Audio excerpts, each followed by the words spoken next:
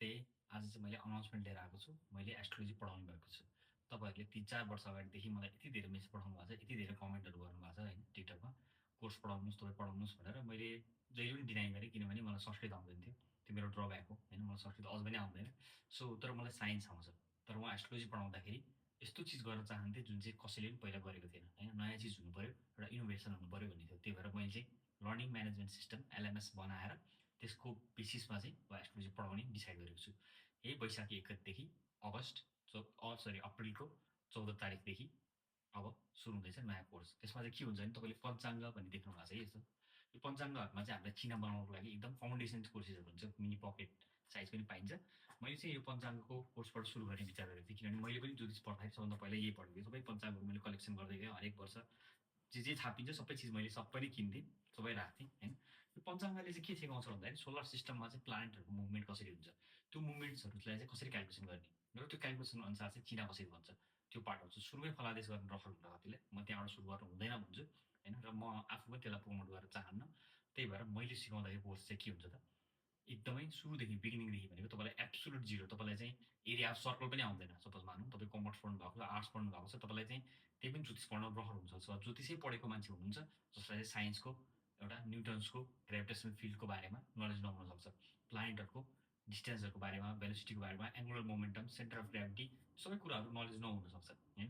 त्यो एउटा huge number of पिपललाई चाहिँ बिगिनिङ फेज अफ साइन्स चाहिँ नलेज नहुन सक्छ। त्यो ग्याप फिल गर्नलाई, भोइड फिल गर्नको लागि चाहिँ मैले कोर्स डिजाइन गरेको छु। वेबसाइट बनाउँदै थिएँ, एप बनाउँदैछु, त्यही भएर नि अलिकति टाइम लाग्यो।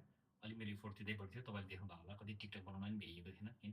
सो मेरो अबको मोटिभ भनेको चाहिँ यो जुन किताबहरू तपाईँले देख्नु भएको छ एस्ट्रोनोमी सम्बन्धी, सुरुमा एस्ट्रोनोमीबाट सुरु गर्छु, म्याथमेटिक्सबाट सुरु गर्छु, साइन्सबाट सुरु गर्छु। यी यस्ता किताबहरू थुप्रै हुन्छ, मसँग थुप्रै छन् हैन। यिनीहरू सबैको नलेजहरू तपाईँलाई म सेयर गर्दै जान्छु र यही नलेजहरूलाई चाहिँ तपाईँले केमा कन्भर्ट गर्न सक्नुहुन्छ त भोलि गएर हाम्रो चाहिँ पञ्चाङ्गमा चाहिन्छ। यो एकदम साइन्टिफिक कलरफुल बुक्सहरू छ, बच्चाहरूको कस्तो राम्रो राम्रो ताराहरूको सोलर सिस्टमको बारेमा छ। तर यो किताब हेर्नु भने तपाईँको कस्तो ब्ल्याक एन्ड व्हाइट हुन्छ है, सबै अक्षर अक्षर मात्रै हुन्छ। सो दुइटा एउटै भएर जस्तो लाग्छ एउटै हो हैन। त्यो दुइटालाई एउटै बनाउने काम मेरो हो हैन। म तपाईँलाई सिकाउँछु कि यो बुकबाट तपाईँले जुन यस्तो एनिमेसनहरू देख्नु भएको छ, एनिमेसन मिन्स यस्तो एनिमेटेड पिक्चर्सहरू हेर्नु त, ग्राफिकल उहरू, यो सबै चिजको नलेजहरू म तपाईँलाई दिनेछु। र यो सबै चिजको नलेजमा सबभन्दा इम्पोर्टेन्ट चाहिँ यो है, तपाईँ जुन नक्षत्र भन्नुहुन्छ नक्षत्रको बारेमा, नक्षत्र कसरी आउँछ, नक्षत्र के हो, त्यसको साइन्टिफिक बेसिस के छ, कसरी नक्षत्रहरू हेर्ने, कसरी चिन्ने, आकाशमा कहाँ के छ, र त्यसलाई अल्टिमेटली के गर्दाखेरि चिनामा कसरी कन्भर्ट गर्ने। सो मेरो कोर्स यसकै बारेमा हुनेछ। अब मान्छेलाई सबभन्दा बढी इच्छा लाग्ने कुरा भनेको पैसा हो है। अब मलाई चाहिँ सफ्टवेयर एज अ प्लेटफर्म बेच्नु छ, म सफ्टवेयर डेभलपर हो, मेरो लागि चाहिँ सफ्टवेयर इम्पोर्टेन्ट हो। सो मैले चाहिँ कस्ट लो गर्ने र धेरै विद्यार्थीलाई पढाउने जमर्को गरेको छु। त्यही भएर मैले चाहिँ 3690 रुपिस भनेको 3690 रुपियाँमा कोर्स सुरु गर्दैछु पर मन्थ है। यो चाहिँ पर मन्थ किन भनेको भन्दाखेरि मान्छेलाई सबैले सधैँ पढ्नुपर्छ भन्ने जरुरी छैन। म पढाउन थाल्छु भनेपछि म वर्ष दिन पढाउन पनि सक्छु होइन। त्यो वर्ष दिनभरि कोर्स लिनुपर्छ भन्ने जरुरी पनि छैन। तर एटलिस्ट यो सुरुमा चिना बनाउन सिक्नको लागि चाहिँ मेरो हिसाबमा 3 महिना लाग्न सक्छ। रफली कुरा गर्दाखेरि अराउन्ड तपाईँले एकैचोटि पेमेन्ट गर्नुहुन्छ भने 10,000 रुपियाँमा पनि तपाईँले के गर्न सक्नुहुन्छ, एउटा चिना बनाउन सक्ने योग्य हुन सक्नुहुन्छ है। पढाउने मेथोडोलोजी कस्तो हुन्छ त जस्तो लाग्छ होला भने, अनलाइन क्लासेस सर्टेन टाइमको लागि हुन्छ भनेको 30 मिनट्समा बिहान अनलाइन आउँछु, 30 मिनट्स बेलुका अनलाइन आउँछु। लाइभ सेसनमा चाहिँ हामी डिस्कस गर्छौँ कि तपाईँले गरेको पढेको चिजहरू बुझ्नुभयो कि भएन, वा होमवर्क दिएको चिजहरू गर्नुभयो कि भएन। सो अरू कन्भेन्सनल क्लास जस्तो जुम क्लास मात्रै हो नि, जसमा चाहिँ होमवर्क नहुने, विद्यार्थीले के पढ्यो के नपढ्यो थाहा नहुने, त्यस्तो हुँदैन क्या। मेरो लागि चाहिँ के त एउटा लर्निङ म्यानेजमेन्ट सिस्टम बनाउनुको अर्थ के हो भने, 100जना विद्यार्थी छ भने पनि 100जना मध्ये कतिजनाले चाहिँ होमवर्क गरिरहेको छैन, कतिजनाले चाहिँ त्यो क्याच गरिरहेको छैन, कतिजनाले चाहिँ त्यो एक्जाम पास गरिरहेको छैन।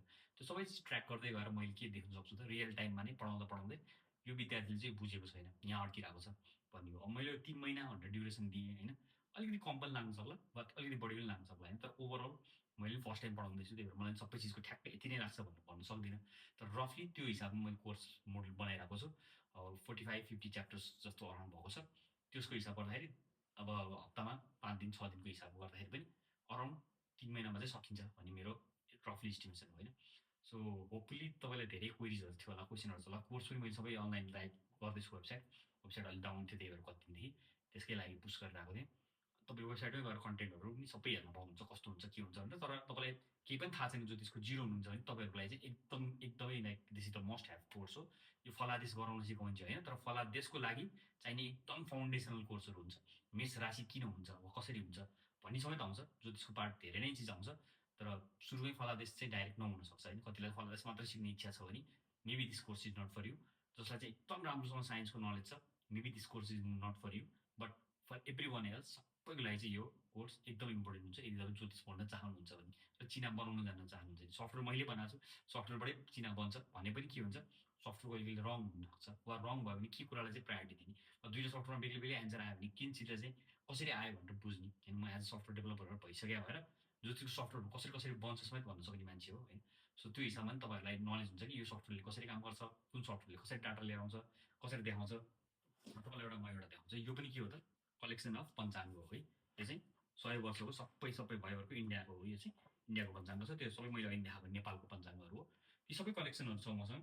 सो तपाईँलाई कहिले क्रस भ्यालिडेट गर्नुपर्ने हुनसक्छ, क्रस चेक गर्नुपर्ने हुनसक्छ। होइन, सो सफ्टवेयरबाट पनि कसरी दुईवटा सफ्टवेयर कम्पेयर गर्ने, होइन, त्यो पार्टहरू पनि बुझ्नुपर्ने हुन्छ। सो आई थिङ्क कि this will be very helpful for lots of people. Thank you for watching.